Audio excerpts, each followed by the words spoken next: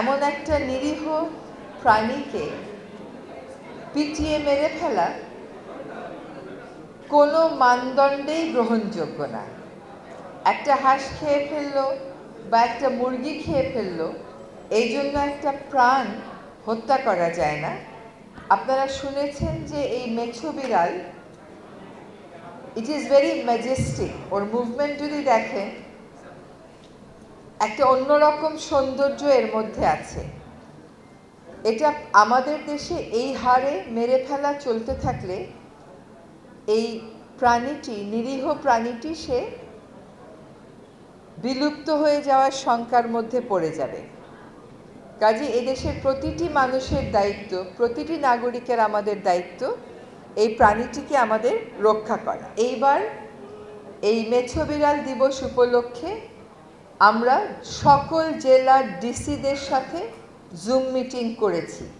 তাদেরকে প্রয়োজনীয় নির্দেশনা দেয়া হয়েছে এবং প্রায় প্রতিটি জেলাতেই আজকে ডিসি মহোদয়রা এই মেছো বিড়াল রক্ষার জন্য জনসচেতনতা এবং জনসংযোগ কার্যক্রম করছেন।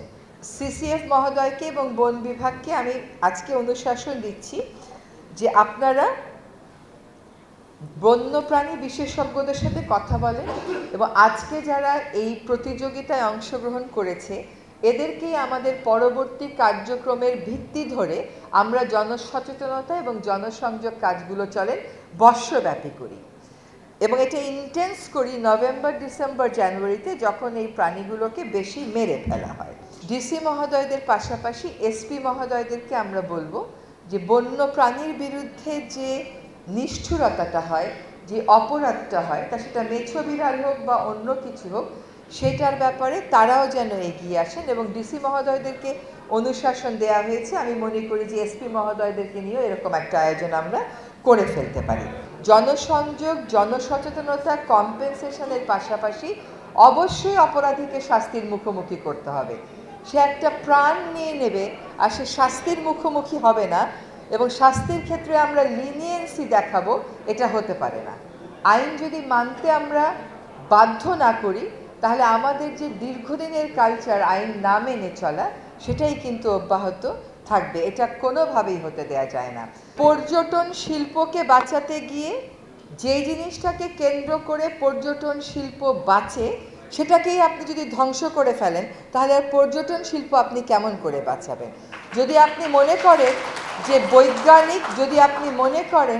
যে বৈজ্ঞানিক যে বিশ্লেষণগুলো আছে দেশীয় এবং আন্তর্জাতিক, যেখানে বলা হয়েছে যে 2045 সালের মধ্যে সেন্ট মার্টিন ডুবে যাবে যদি প্রবালের ক্ষয় আমরা রোধ করতে না পারি, সেটাকে আপনি কেমন করে অবজ্ঞা করবেন? আপনি 8,000 মানুষের দ্বীপে পর্যটনের নামে প্রতিদিন 10,000 লোক ঢুকাবেন। আপনি যদি ওই দ্বীপের বাসিন্দা হতেন আপনার কেমন লাগতো? আপনি যাদের হয়ে প্রশ্ন করছেন সেই জাহাজ ব্যবসায়ীরা, সেই হোটেলের মালিকেরা, তারা কি সেন্ট মার্টিনের মানুষ? আমরা স্থানীয় জনগণ কেন্দ্রিক পর্যটন করব সেন্ট মার্টিনে। স্থানীয় জনগণ কেন্দ্রিক যখন পর্যটন হবে, আপনি রাতারগুলে গিয়ে দেখে আসেন, সেটা কিন্তু ধ্বংসপ্রাপ্ত হচ্ছে না।